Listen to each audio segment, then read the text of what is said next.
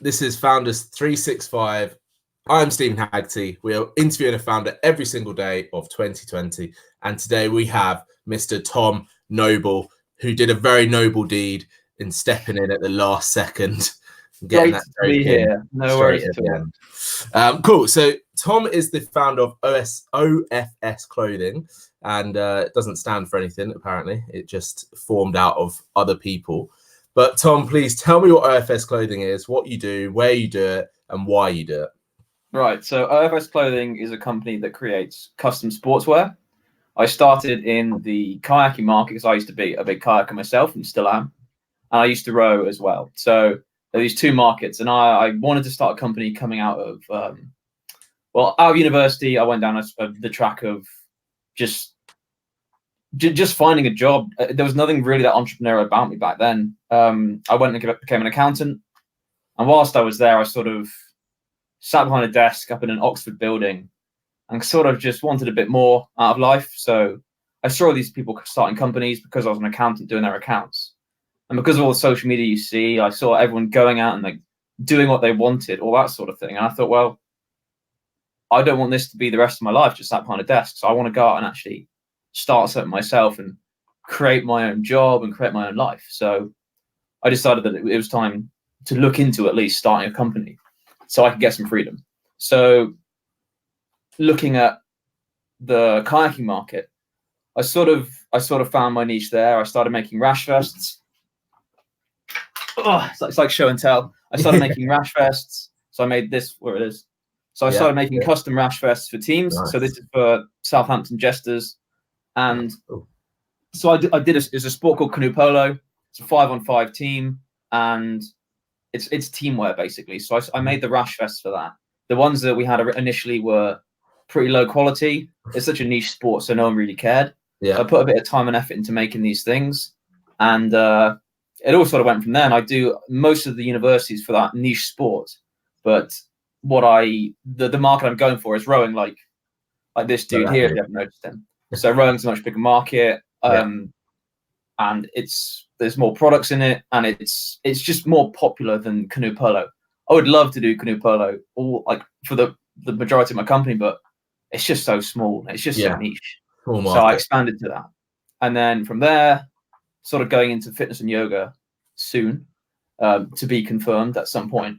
And that's sort of it. Did that answer your question? What were the other questions in there already? It did. The biggest thing for me is, especially as you're actually the second guest who was an accountant and didn't want to become an accountant anymore and started a business. So talk me through how that transition went from sitting at that desk in Oxford to the thought process you had of going, you know what, I'm going to do it. Did you take the leap, or was it a gradual sort of overtaking aspect? To be honest, so I was an accountant, and then sort of started this on the side, and I was outsourcing back then, and I didn't really make much money, and it was a real slow start. I moved back in with my parents, so there was like no outgoings. When you've got no outgoings, there's really not much pressure. And I quite like my family, so like it was all going smoothly. I was back here, I was doing a bit of work, and like it wasn't really going anywhere. And then it was, but it was just quite slow. There was no pressure to go out and sell. Yeah. So I did that for a while, and that was like 6 months. And then the supplier that I used, they had to shut down. So they shut down the business, and I had to make a decision, like, what do I do? Because I do these niche products in such low orders, like 5. I can't be sending everything out to China or the East or anywhere like that. And even like insourcing to the UK would be a massive issue, because you'd buy it for the price that you sold it. So after thinking about what do, I decided to took out a loan and bought the machines off her, learned to sew myself, and I just, like the machine behind me, I started sewing everything myself. So from going from not doing much to then taking this on again, it was a big step up. Fast forward on another year, like things kept growing and growing. And then, I've been sewing all the time. It's really hard to find someone to sew here, and I've managed to do it all myself so far. But just demand's growing, and it got to a point in November, I was like 250 orders behind. Wow. I managed to get all of them done. I mean, don't ever do this. No one should do this. This is the bad advice for segment. Terrible advice, but like, I hope someone else does it, because like if they do it, it shows they're in it. Because I was in it, and I know everything about products now. Yeah. Like I've sewed everything in here. I've sewed. I must have sewed over 5,000 garments by now. Jesus. So I know absolutely every single thing about my garments. I designed them all from scratch myself. I selected all the fabrics. They're all printed. I got a printer just over there and a heat press outside. So everything is done here. And the only thing that I don't do is sublimate the fabric. So yeah, it's an utter nightmare, but I've got every single process locked down. But now it's to scale. Like everyone always says, you need to scale. I'm like, well, obviously, yeah, I know that. But you mean you don't want to be making 250 garments a month for the rest of your life? That's something. Sewing is actually not that bad. It's pretty therapeutic. You can put a podcast on, or what you can actually watch a film. So I could potentially do this the rest of my life if I wanted to, but I'm going to aim a little bit higher. Yeah, maybe middle management. Who knows? You've got more in you, man. You've got more in you. I think I do. So yeah, and then I've got to go on from there. Yeah, go on from there. So now you've been going 2 years. You've put yourself in the trenches. You know, you've learned how to sew. You've been doing 250 garments at a time, that sort of thing. Now everyone's telling you to do the growth stage. For you, what's that growth stage look like? Where do you want this to go? Where is OFS heading in your eyes? So I always have like a picture in my mind of what I've wanted. I want to have a factory here, but like that's looking less and less likely each day because I've been looking for labor for a long time. I don't do all this because I love sewing. I do it because it's genuinely really hard to find anywhere in the UK that would do it for the price that I want it, because it would wipe out all margin. So I want to grow my own factory. What the area I live in, the Cotswolds, that's the sort of place people go to retire, not to look for this sort of job. And even up in like Leicester, Bradford, all that sort of places, it'll be massive for me to then go up there with nothing and start again. Well, not start again. I take the brand with me. Yeah. But to just put a lease down, get a place as well. I go from having no outgoings to so much, and it would be really complicated. That's one of the things that is on the list to do if I can't find staff here. So I want to grow a factory here, but I do fully appreciate that might not happen. If anyone's going to do it, it will be me. I'll still try to do it, but we'll see. But the dream is to do that, and if not, then there's other variations on the dream, I guess. I'd love to have a factory and have a nice little mezzanine standing over, looking down, like everyone's there. I want it to be a good place to work. The reason sewing is leaving is because of everywhere in the East, but it's not cool. It's not a cool job anymore, but I'd like to make it cool again. I see it as like a cool factory with where everyone's paid fair. Yeah, like they're treated well. You got the pool table. You got all that sort of thing. Yeah, and if that doesn't happen, then I get the same thing. Just like it will just be an office space, and it will all be outsourced somewhere. Yeah. I don't want to go to China. It'll probably be in Europe somewhere at least. Yeah, but that's sort of the aim. That's where I want to go with it. And why is it such a struggle, do you think, to find the workforce that you're looking for in the UK? Is it because it's not cool, or just is it an unskilled labor that's happening? Oh, I'll tell you one thing: sewing is a skilled job. Oh yeah, don't worry. 3 years, and my mother's an upholsterer for her whole life, so I grew up around. She looking for a job? Nah, she lives in France, so. Okay, fair enough. Warm out there. Yeah. I think it's a load of things. The manufacturing industry left a long time ago, and then there's never been really any demand for skills of that nature. Yeah. There's no younger people don't really want to do it, because like if you speak to anyone who's gone through like a fashion degree, they want to make one garment that goes down a catwalk. They don't want to make like 2 garments an hour. Yeah. They don't want to get into like a manufacturing role. So there's no young talent. The older people are retiring. And there are still a lot of people out there that want to do it. And there actually are younger people that want to do it as well, but it's just finding them. Yeah. It's hard to like romance someone into doing sewing when they're not doing it already. And if they're doing it already, they've probably got a job somewhere. So it's just hard to find the people, and in this area specifically. But yeah, there are some up north. I ran a search to like a CV database, and like Halifax is the place to go. Okay. But I like it down here. You like it in the Cotswolds, that's the thing. Down here. But no, it'll have to go somewhere that way at some point. Yeah. But ideally, if I could find 2 people around here to come do it, that would cover me for the next year. And and is it just those facts that there's no one around there that's doing it? There are some, but it's just hard to find the people. Yeah. I mean, I've only really started looking in the past few months when it really became an issue. Yeah. And we're looking at Christmas time, and it's only now that people like New Year, New Me, they're starting to look again, I think anyway. So I've started rolling out the ads, and we'll see. And what difference do you think it would make to your business bringing on new staff? Oh, game changing. I mean, the amount, like what I've managed to do so far, like creating a brand and make everything by hand myself, like it's ridiculous what I've done. And it's just so like a load of work. But as soon as I get someone on these machines, I then become the salesman and the marketer as well. And that's kind of where my skills lie, I think anyway. So much more. Yeah. And when you say, because that's the interesting bit, isn't it? A lot of founders, they start off as a one-man band, and they obviously start employing people, and your role naturally has to change. So like you said, I wish that I had someone to come on board with me, like to share the load. It's been tough as a sole founder, like real hard, because you've got no one to run ideas off. Like I've gone down a million tangents, and some of them have ended up just ridiculous. Like I wanted to be a canoe polo shop selling canoe polo balls, and like I've still got them upstairs. That sounds like a very, very niche sector there. Do you want to buy some? I'll do you a deal. Oh, really? Quick, job lot online now. No, I use them sometimes anyway, so they're still upstairs, and like it's stuff like that. There's just like loads of prototypes and everything that I've tried to go down. Like naturally, I'm a creator. I make things, and I just have so many wild dreams that I chase, and just someone to say, "Don't do them."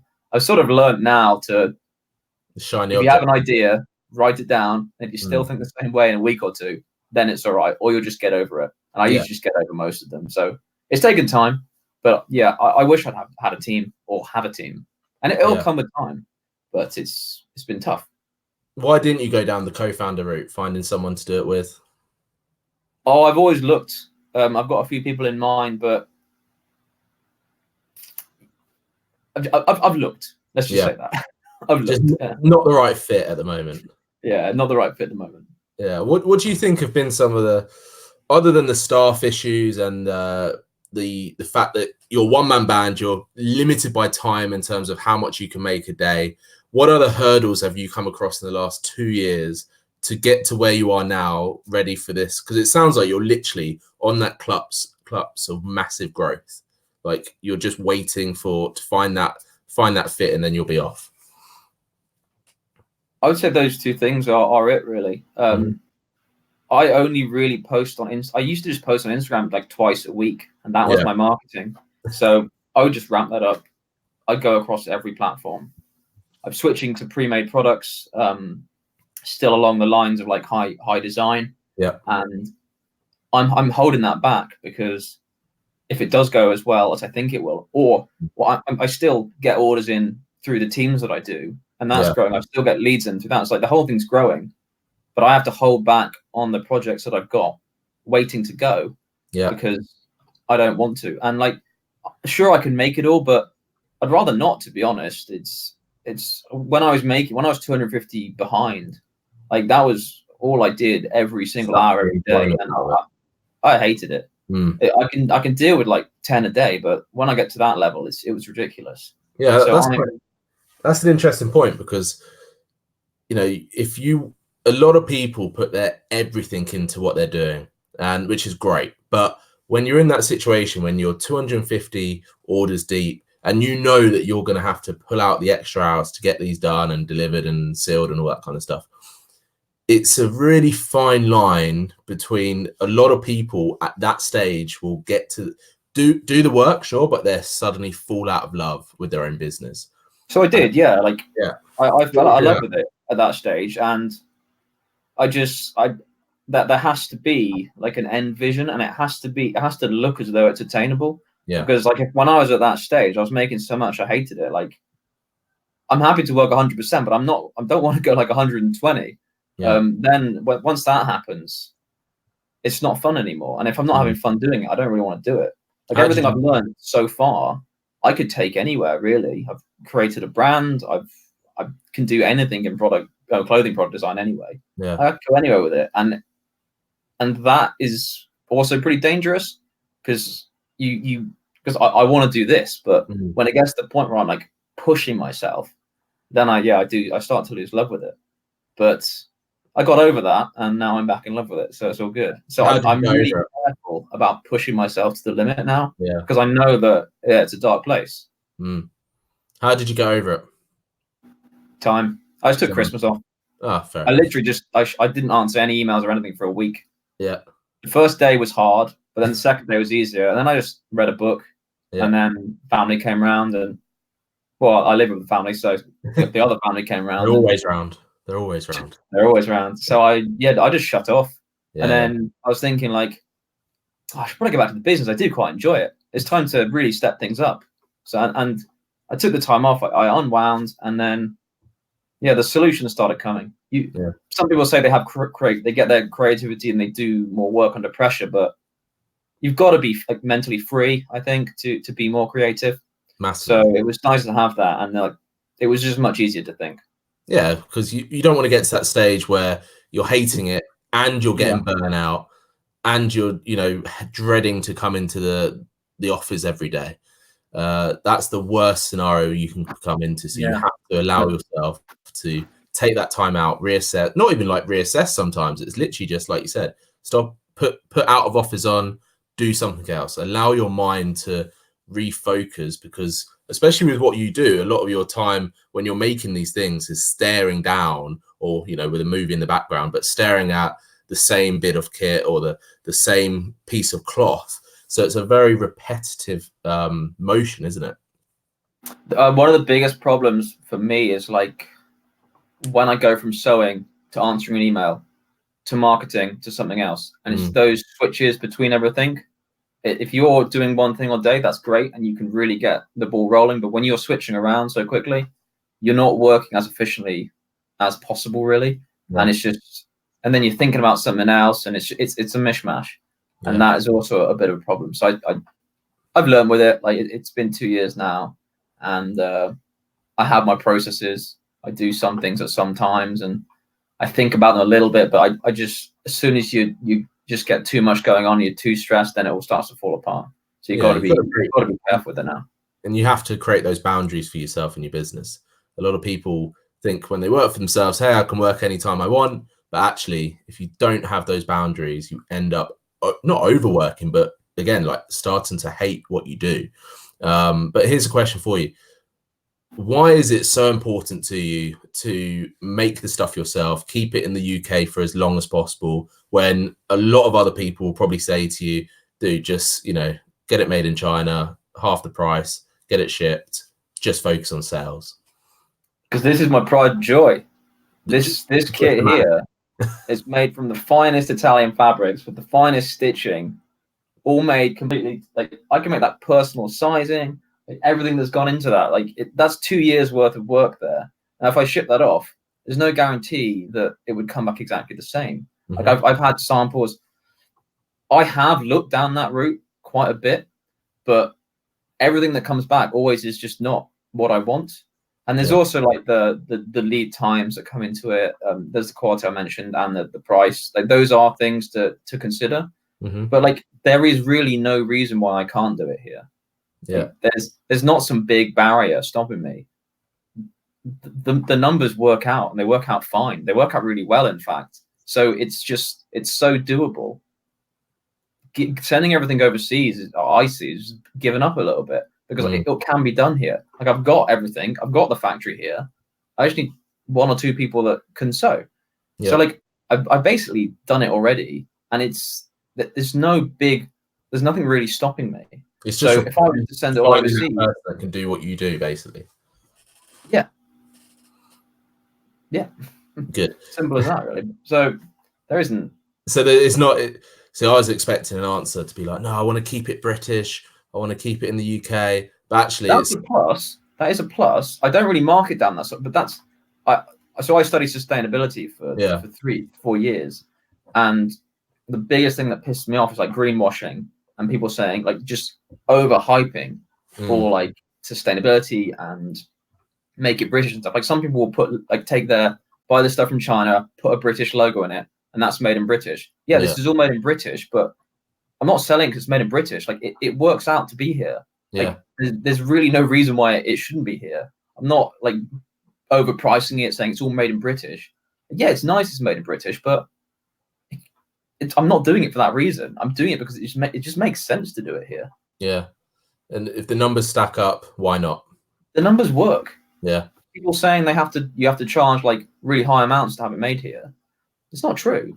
Why do you think that's a common thing that people get said? Why do you think that's almost like a myth then?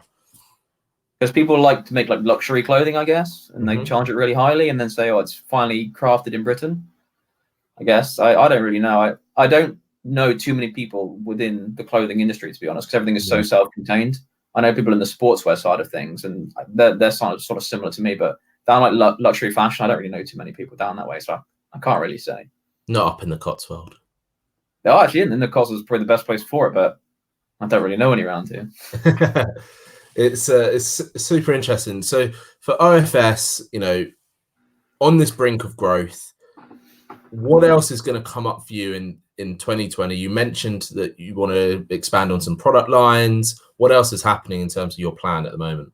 So I'm actually starting another company against everyone's advice, because the reason for it is I've learned so much doing what I do, and like what I've created is a bit of a monster. There's like 5,000 SKUs at least, because I have all these products, all the different colorways across different sizes. Like this all in one, I do it in extra small to extra large, and inside each of them there's 3 variations. I don't do maths very well, so do the maths on that, but there's all those SKUs, and then that's across all these different products.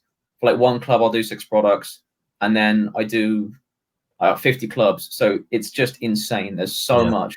So from all of this stuff I've done, I've sort of realized like if I'd start again, I wouldn't do this. It's a different thing, a different way I'd go with it. So I also, all this creativity that I plow into doing this, like on all these tangents I go on, I want something that I can put more creativity into so that I don't like ruin what I've done.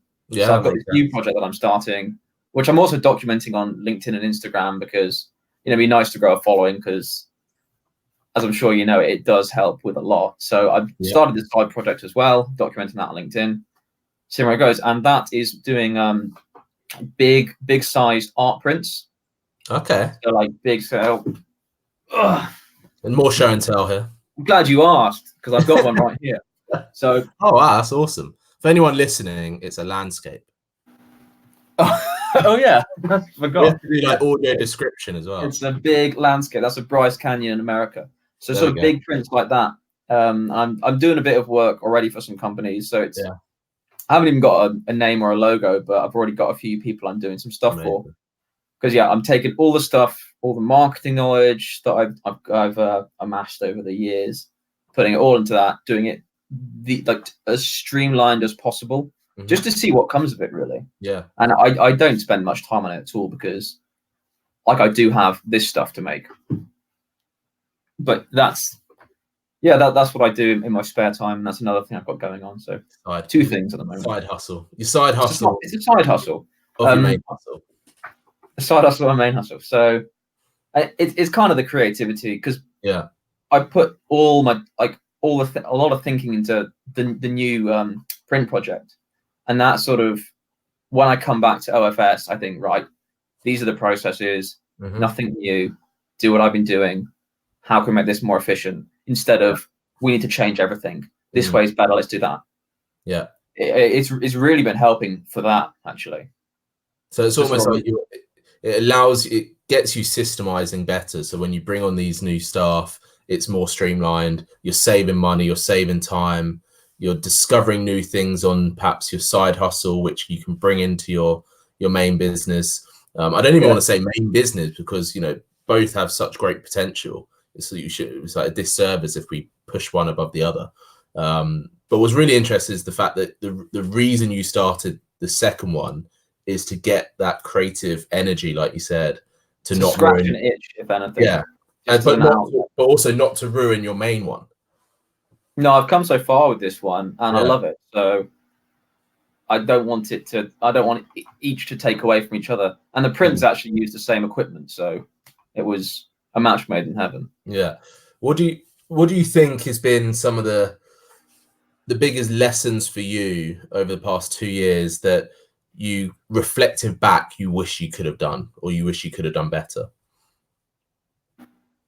It's tough because I'm glad I am where I am. Yeah. Like, I've learned so much, and you have to go through some mistakes to get where you are. Oh God, I've gone through so many. I can barely remember them, to be honest. But I just want to say, like, I'm glad where I am, and all the skills I've learned. Like, I'm really glad I did it. But if I was to do it again, I would make one product. Yeah. One product and sell that. One product, build a personal brand around it, and then stick to that, because it's complicated when it comes to making a lot of things. Like, I did a design with one of my rash vests for Nottingham University, and inside that was the canoe club. And I made a set for 20 people, and then one guy was called something O'Neill, and instead of one L, I put 2. I had to redo that, and that took 2 weeks and cost me extra. So like, even down to that level, that you have to, there's so much attention to detail. And if that's me doing it, who is like fully invested in this, if that goes to someone else, you're going to have a massive problem. So I've created this hugely complicated system. And you're too far in to change it. Pardon, sorry? And do you think you're too far in to change that now? No, I've patched over. There are things in place now to fix that. But even going through that was a massive stress at the time. And then to actually go through and fix that problem took a lot of time as well. Yeah. So it's just so much time in fixing problems from the complexity that I've created for myself. Yeah. So it's a problem child, but it all works now. You love it either way. You love it anyway. Problems, they're always going to happen. Yeah. If anything, a problem happens, you can then improve on that so that the whole system gets better. Yeah. A lot of people fear the problem, fear the problem or fear the failure. And you need these lessons, like you said, to get exactly where you are today. When you look back, it's always so weird when you start looking back and you go, actually, if that didn't happen, if that mistake didn't happen or that decision didn't happen, I wouldn't be, sat here today or doing what you're doing now, which I always find so fascinating. It's a big dark hole you can go down. I do hate the people that say, I love failing. Yeah, fail forward, because like no one likes failing. Come on, but there are obviously merits to having problems and solving them. Like one of my machines broke, and I was broke down. It was terrible, but then I fixed it, and actually, and it was all good. The fact that it broke down meant that I fixed it, and I actually learned a lot more about that machine. And then the stitching became a lot better afterwards. Okay. And now I know exactly how that machine works. So yeah, whilst I didn't want it to happen originally, like, the outcome was quite good. So that was a good situation. Although sometimes some things have broke down and stayed broke. So he's like, that's not I didn't love that failure. Yeah. I'll just get rid of that product line right now. We don't need to do that. Exactly. So it's case by case. You just got to be real about it. Yeah. That's the main thing. Yeah. And have you, there's a big thing in the industry, well, not in the industry, but in online at the moment, LinkedIn, Facebook, I don't know if you see, but a big push on like mentorship. Have you gone down that road? Have you gone down sort of any accelerator groups or anything like that? I never went through any accelerator or had any help because I just didn't see how they would help. Yeah. There's a lot of people out there, so for help on funding, like local council funding, they either wanted me to be this size, which was far too big, or they would like match fund $2,000. Yeah. And to be honest, the paperwork, it's not worth all the time away for $2,000. That's really not worth my time. Yeah. So there's no point in that. Accelerators, everyone loves tech these days. Yeah. Who wants this weird little clothing company? So no one would have me anyway. I spoke to a few people and they just weren't interested, to be honest. So, and for all the people, I got a load of mentors who help out. So not like I need. I never needed the money or anything, and I got the help anyway from people. So I didn't need an accelerator or anything really. No, that's really interesting, and it's very interesting in the sense where you said, you're not a tech business. How and like you said earlier, how do you make sewing cool? Is it something that you're considering going down in the in the future in terms of gaining investment, pushing down that path, or you trying to keep it as in-house as possible? Well, the only reason I need investment is to buy more machinery and more of a factory. And to be honest, at this level of manufacturing, you've got to match supply and demand. Otherwise, people are going to be either overworked or they're going to have nothing to do. And once that supply is matched and you're matching all the way, like, why do you need the big injection of cash? Yeah, that's so refreshing. You don't need it. No. Like, if you gave me £1 million, like, what the hell would I do with it? I've got no idea. I'd buy a few Ferraris or something, or finally leave my parents' house. You'll finally get the Instagram shot of you with the Ferrari going. It all started at the garage, and now I can lease that Ferrari now if I wanted to. Yeah, exactly. But that's quite refreshing, because one thing that comes up in my work, and when I speak to founders and speak to them about investment stuff, I would probably say a good 60% of them need the investment, but the 40% just do not need it. They're not set up for it. Their business can survive very well without it, and actually probably better without it, because you as a founder, like you said, you know everything about this business. You know how the machines work. You know how the cloth feels. You know everything. So if you got that injection of cash, your whole relationship with your own business will change. It will, you'll be having external pressures, all that kind of stuff. So it's not always a good route to go down. It would be nice. Like, don't get me wrong. If I had some money, I know what I'd do with it. I'd get some staff, but like, I don't see myself needing it right now. Yeah, I wouldn't be able to work it out very well. So I don't really need to do it. So I don't want the investment. If I can't find people to work here, what's that money going to do? I'll pay them an insane amount of money. That's not sustainable. Yeah, I need to find the people first and then I can afford to pay them anyway. So like, it just wouldn't work out. I'm not a tech company developing an app. I don't need to pay the devs. So sewing on demand. Exactly. Organic growth. British sewn garments on demand, made in the Cotswolds. I don't know what we would call it, but hey, that's a £1 million app right there. Don't worry, we've got you covered. I don't know what I'd make an app for, so I don't know. Maybe what's kayaking near you? Is that an app? Someone tried to do that. Oh, damn! They did. It didn't work out. No. So I'm not going to do that. Make another fitness app. Yeah. Why not? Got to grow my social profile first, and go to the gym a bit. Then I'll get that brand deal from My Protein as well. There you go. Hashtag sponsored. I wish. Listen, I've asked every single person so far, but what are three lessons or learnings that you can tell other founders that are maybe in a similar position as you? So either they don't make, it would be a very niche position if they're in the exact same position as you, but similar position to help them along their journey. Throwing you under the bus. I'm not a quick thinker, I'll be honest. You're Googling this, aren't you? Firstly, right, you just got to do it, because no one does it. A lot of people come to me and say, "Oh, I love what you're doing, Tom. I'm thinking of doing this." I'm like, "Okay, great. I'll help you out. I can sit you down. I can talk you through everything." No one does, because no one actually wants to do it. Everyone's got their idea for a tech company. Everyone wants to make a clothing line. No one does it. Everyone says they want to do it. So you just got to do it. And reach out. People are afraid of that work as well. I think they are, or they don't know how to do it. I don't really know, but no one's ever going to know how to do it. And things don't have to be perfect. They really don't. No. Like with the print thing, I've sold one already. I don't have a website or a name. Like, I just went to people and said, "Do you want to buy one?" Yeah. So I'm kind of doing it to prove that as well. So another thing is my favorite saying of all time: slow is smooth and smooth is fast. Don't rush into things. Do it slow. Do it smoothly. Yeah. And it all starts to pick up. That's a great saying. And your final one. I don't know. Just make something really profound up on the spot. Gary V quote: "You're gonna die." Oh yeah, there you go. You're gonna die, so just do it. I think Oh, wait, that's that was your stupid. first one?